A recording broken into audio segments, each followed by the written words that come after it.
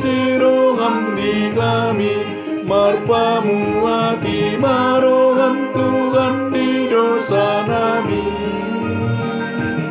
Ale Tuhan asiroham di kami, marpamu hati maroham Tuhan di dosa nami. Ale Tuhan asiroham di kami, marpamu hati maroham Tuhan di dosa nami. Ale Tuhan asiroham di kami, marpamu hati maroham Tuhan di dosa nami. Mari kita berdoa. Kasih karunia dan damai sejahtera dari Bapa dan dari Anak Tuhan Yesus Kristus menyertai kamu sekalian. Amin.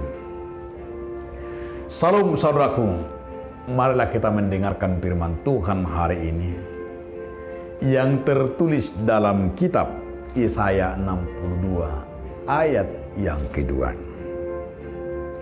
Maka bangsa-bangsa akan melihat kebenaranmu, dan semua raja akan melihat kemuliaanmu, dan orang akan menyebut engkau dengan nama baru yang akan ditentukan oleh Tuhan sendiri.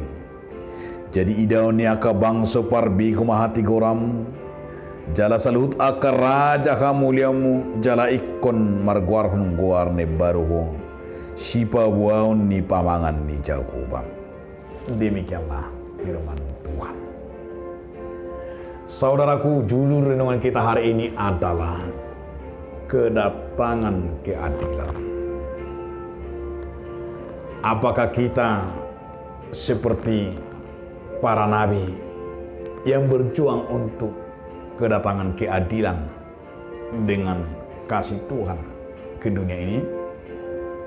Apakah kita menutup mata terhadap masalah kemiskinan dan juga masalah-masalah penindasan? Dan apakah kita juga menyadari tanggung jawab kita sebagai hamba Tuhan dalam hal ini mengasihi dan memperjuangkan hak mereka? Ketika kita mengikuti dengan antusias yaitu soal kebenaran dan keadilan, maka akan terlihat dari kita, yaitu salah satu tanggung jawab mau bersedia menyatakan sebuah kebenaran itu seperti apa yang dinyatakan oleh Yesaya. Karena itu di sana dikatakan Sion, di mana di Sion itu tidak berdiam oleh karena kebenaran Tuhan sudah datang. Maka bangsa-bangsa akan melihat kebenaran itu, dan raja-raja akan melihat kemuliaanmu, dan orang akan menyebut engkau dengan nama baru yang ditentukan oleh Tuhan sendiri. Engkau akan menjadi mahkota keagungan di tangan Tuhan dan di dalam kerajaan Tuhan. Engkau tidak pernah ditinggalkannya, negerimu tidak pernah akan sepi, karena engkau disebut yang berkenan kepada Tuhan, dan negerimu disebut yang hidup di dalam kebenaran firman Tuhan. Dan seruan Yesaya ini, di mana ia menyatakan akan terjadinya membangun, yaitu dengan manusia hidup di dalam pembaharuan.